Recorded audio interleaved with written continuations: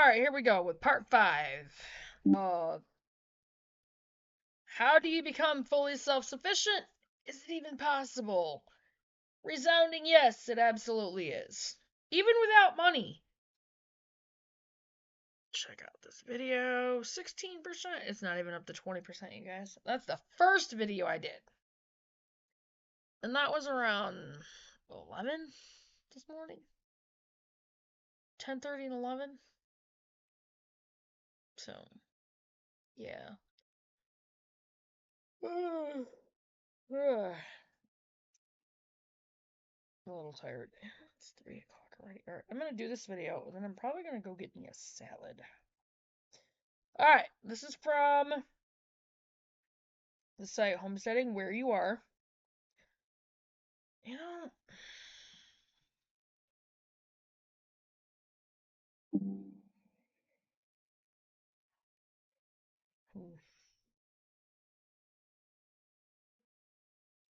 are you looking to start your homesteading journey? Alright, I'm sorry, 9 best states for homesteading for new homesteaders. And they did leave one off, so I'm gonna say just 10. Because Michigan is considered a good homesteading state. So, I'm gonna write this down.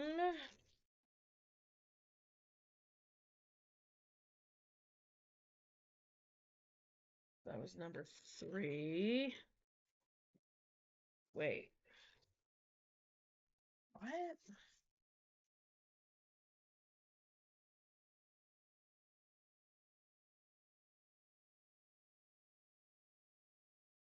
Didn't write down number 3. Or I didn't write down number 4. Is that number 4? Hold on, guys. Okay, sorry. I had to fix my title on the last videos. I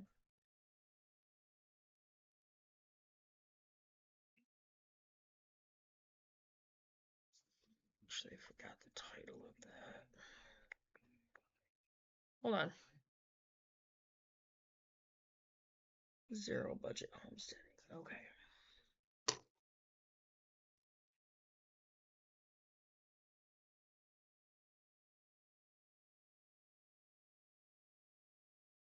Mm-hmm.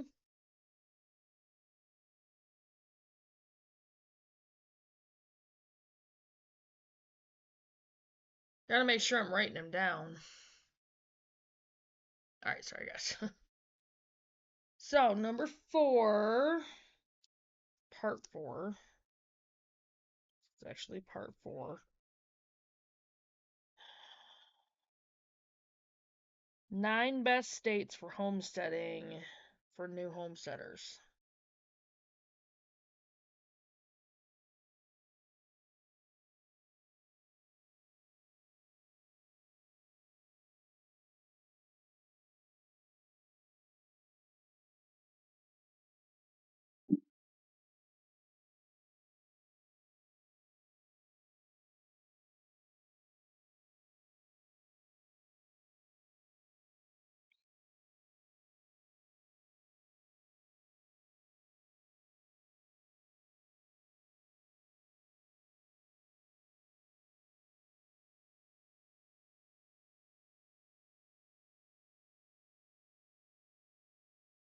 With an added number 10. Michigan. Okay, so here we go. This one might be a little bit longer, but 9 best states for homesteading for new homesteaders. Again, this is from a site called Homesteading Where You Are. Are you looking to start your homesteading journey and pick up a new state for homesteading? Make sure it's a good one. Are you ready to make a huge step and pick one of the best states for homesteading? Moving is a big adventure, and you want to be sure you pick one of the best places in the United States to pursue your new journey. If you're open to moving anywhere, you want to look at more than simply finding the cheapest land. Think about your goals, like growing your own food, and consider where you can find fertile land with climate you enjoy. Plus, the cost of living and property taxes have to go into consideration. I went through the states and picked some of what I consider the best states for homesteading. Not only does the beauty of the state matter to me, beautiful scenery is important if you want to love where you live. But I also considered climate, cost of living, abundance of land, and how well you could grow food, raise livestock, and hunt or fish in the area. 9 best states for homesteading. And then at the end of that, I put with an added number 10, Michigan. And we'll go into that.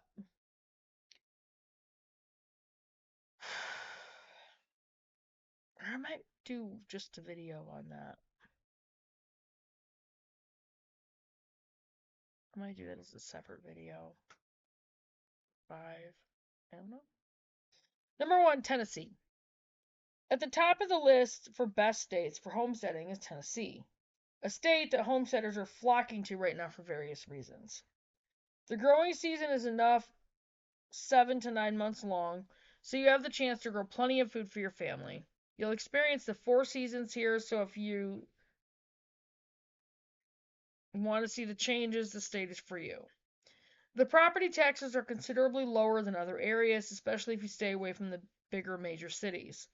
Plus, the overall cost of living is lower than other states. Tennessee is roughly 10% lower than the rest of the United States when comparing cost of living. Another reason that Tennessee is one of the best states for homesteading is that the land is fairly inexpensive.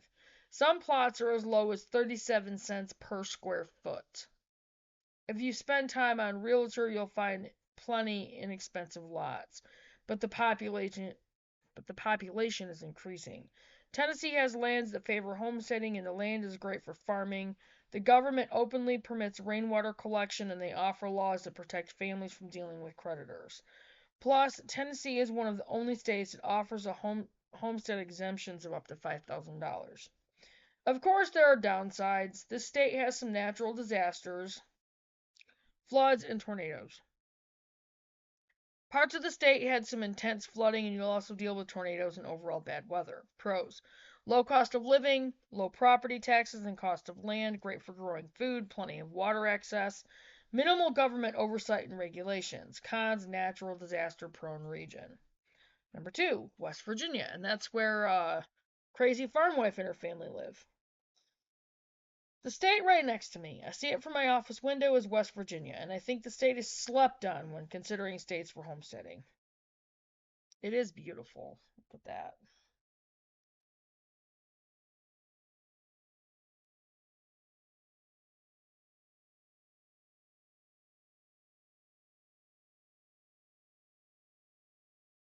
First, West Virginia has some of the most affordable housing and land costs in the United States. I regularly see plots of land available in the state for a bargain compared to what across the river in Ohio costs. As far as cost of living, West Virginia has some of the lowest property taxes in the U.S. It ranks 45th in per capita property taxes, and combined with the abundance of low and land prices, you see why it's appealing. Plus, the state has a booming oil and gas industry. People may consider income leasing their land for fracking. No thanks. The land is a bit hilly and rocky, so while farming is absolutely possible, be mindful of the livestock you might want to raise. Some livestock do better with flat land rather than hills. The rural areas abound, though. The state has the small town feel down pat. West Virginia is part of the Appalachian Mountains, so they have hot summers and cold winters. You'll experience all 4 seasons with an average rainfall of over 40 inches per year. The state sits on a lot of water. Freshwater sources and underground wells abound in this state. Plus, harvesting the rainwater is legal. Pros: low property taxes, low cost of living, high annual rainfall, fertile soil for farming, and you can do rainwater catchment. Cons: not as relaxed about homeschooling and cold winters. 3, Idaho. That is just gorgeous. Guys.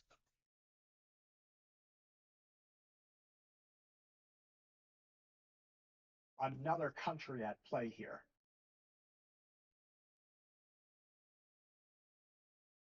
If you've never had the pleasure of visiting Idaho, you're missing out. The state is gorgeous with rolling hills, mountains, and views for days. Idaho has plenty of homesteaders, and the state offers freedom and flexibility. And that is also where the family that does the YouTube channel Dirt Patch Heaven lives is Idaho. The state estimates there are over 60,000 homesteads in the state. Tap into the sustainable living community already in Idaho, sticking nearer to cities, or head out for some true isolation. The laws favor homesteaders with property taxes helping those who own plenty of land. The government even offers protection from creditors if you own land. This is a great state for growing food. The soil is fantastic. It's rated one of the top natural soils in the US. Lush, plentiful land is essential for homesteaders. Plus, the state has a lower crime rate with so many outdoor activities for families to enjoy. Idaho offers fishing, hunting, rafting, kayaking, and more, so outdoorsy loving families will find tons of things to enjoy. Homeschooling families enjoy generally relaxed regulations. The parents pick their curriculum, and there are plenty of active homeschooling groups in the region. Pros: tax incentives for solar installation, low cost of living, highly fertile lands, plenty of outdoor activities, relaxed homeschool laws, low crime rates. Cons: harsh winters, higher taxes, experiences earthquakes and wildfires. 4. I don't know why they put Oregon on here because Oregon is actually not great anymore. It really isn't. They've actually cracked it down. They're cracking down on homesteaders in Oregon. I'll read it, but I would be very leery of Oregon. Still on 16%. I will get these up there as I can, okay? Oregon used to be on the top of the list for homesteaders. It was an original homesteading state years ago when people began to move westward. The state has a lot of things homesteaders want to see when picking the best states for homesteading. They have great water rights with abundant water, a large homesteading community, so you'll find plenty of resources, farmers markets, and different climates. Growing in Oregon is great. It's an excellent place to grow various crops and orchards. That's one of the reasons the area has plenty of huge farmers markets, which means you have potential income for your homestead. As far as homesteading laws, Oregon offers exemptions for married and single individuals. Some of their exemptions allow you to protect the proceeds from selling your homestead, and they allow you to coverage up to 160 acres if you live outside of city and town limits. As a parent, I appreciate all the things you can do with your family in Oregon. Hiking, surfing, fishing, camping, and more abound in the area. So you'll be able to get out and enjoy Mother Nature with your family. I'm not going to get into that one, but I don't like it when they use that. Pros: no state sales tax, great hunting and fishing opportunities, high annual rainfall, established off-grid communities, fairly low property taxes. Cons: high cost of land, limitations on collecting rainwater. 5. Missouri. Another state with an ample growing season is Missouri. The state has an overall pleasant climate with all 4 seasons. While the seasons may be extreme, but it's typically mild and average. The final frost typically happens between April and May, giving you several months to grow crops in your area. Missouri offers plenty of plots of large-sized plots in the state. There's The another average series of countries, and we're starting to find that out right now. the average sized farm in the state is over 200 acres, so you'll be able to find something that works for your budget. The state boasts many farmers markets so you can sell your crops. You Pick farms are growing in popularity throughout the state as well. Missouri offers exemptions for homesteaders up to $15,000 as long as your homestead is your permanent residence. Pros: huge farmers market economy, plenty of natural resources, tax rebates for solar and wind power, high annual rainfall, long growing seasons. Cons: plenty of natural disasters, and home to some nuclear power plants. 6. Texas. I wouldn't agree with that one. Texas is a land of dreams for new and aspiring homesteaders. Let's see something. Hold on.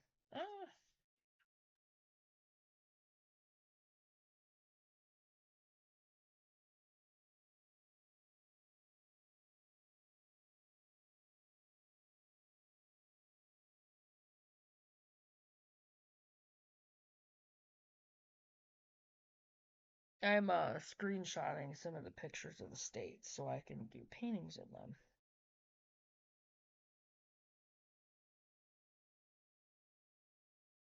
And I guess that is a pretty picture. Just not fond of Texas. Texas is the land of dreams for new and aspiring homesteaders.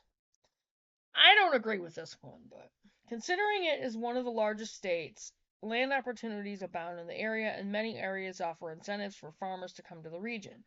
Those looking for homesteading in the southern states often look to Texas. It is extremely hot, though. Make sure you consider the climate here. Much of the state is a desert region, which makes growing your food tricky. There are fewer hunting and fishing opportunities in the state, which is a bummer, so if you want to produce all the meat for your family, hunting won't provide enough. Texas is one of the few states that doesn't have state income tax, so that lowers your overall cost of living in the state. The land is generally affordable, but as Texas continues to bring in more businesses and their population grows, the costs are increasing. However, Texas has higher property taxes. They may balance out each other, but high property taxes stink. As far as sustainable energy, Texas is great for solar power and wind power. Everyone pictures Texas as the kingpin for oil and gas, but it is the top state for the top 10-year projected growth for alternative energy. You'll find that things like wind turbines increase the value of land considerably in Texas. As far as homeschooling in the great state of Texas, homeschoolers are considered a private school, and the state offers no regulations. All you have to do is ensure your kids are prepared well to graduate.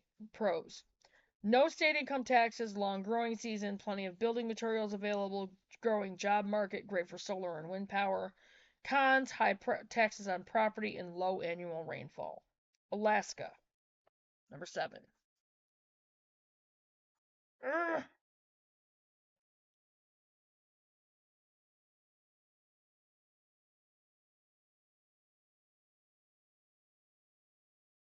A lot of people shake their head at the idea of Alaskan homesteading. We all know the weather is cold and the growing seasons are short, but there are still ways to get around those factors. I have never had any desire to go to Alaska to homestead or even visit because I'm not getting on a plane.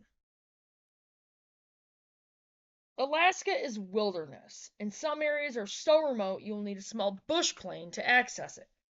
If isolation is the biggest thing on your list for states for homesteading, you can't beat the final frontier of Alaska. Finding land has some pros and cons. There is plenty of land for sale in the state, but finding big tracts of land is hard.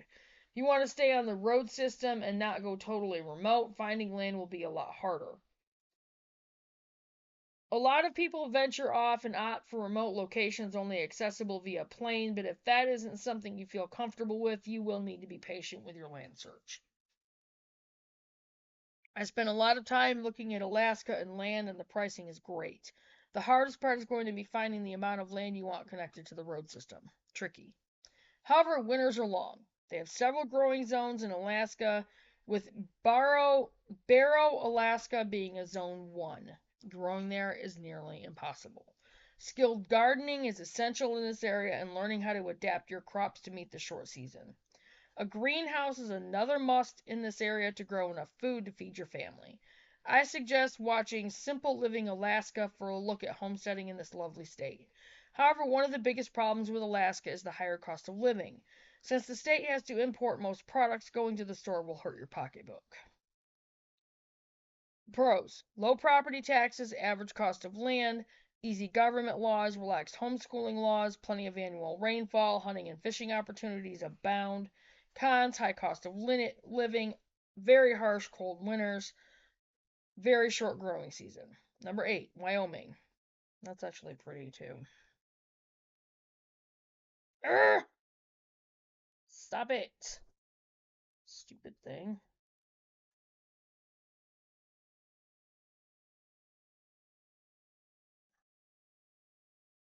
Sugar from that pie.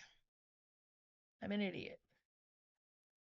If you want to know what homesteading in Wyoming looks like, take a look at the Prairie Homestead. Jill Winger and her family live on the plains of Wyoming and share their experiences with the dramatic weather there. Okay, you know what? Hold on. I'm gonna go back. Actually, I'll check that out after I get done with this. Okay.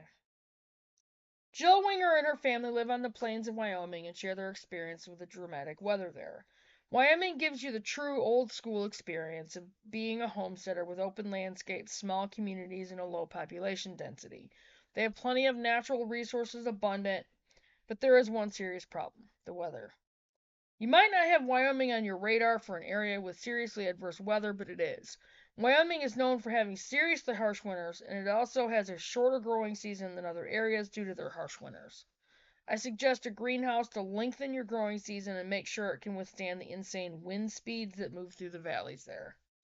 Another problem you have to consider is a little rainfall. They might get snow, but the rainfall is less than you would want to see. The state made rainwater collecting illegal, so be sure to consider that when you pick your state for homesteading.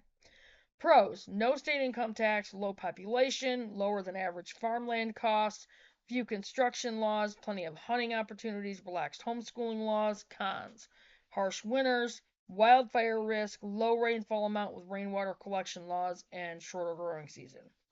Number 9, Montana. And I think I might have already screenshotted that. If I did, I will. Dang it. I don't know why that keeps doing that. Stupid thing. Alright. No, unfortunately, you won't be able to live out your dream of Yellowstone, the TV show. But Montana offers sweeping landscapes, gorgeous summers, and plenty of natural resources. There are some downsides to Montana. First, the winters are tough.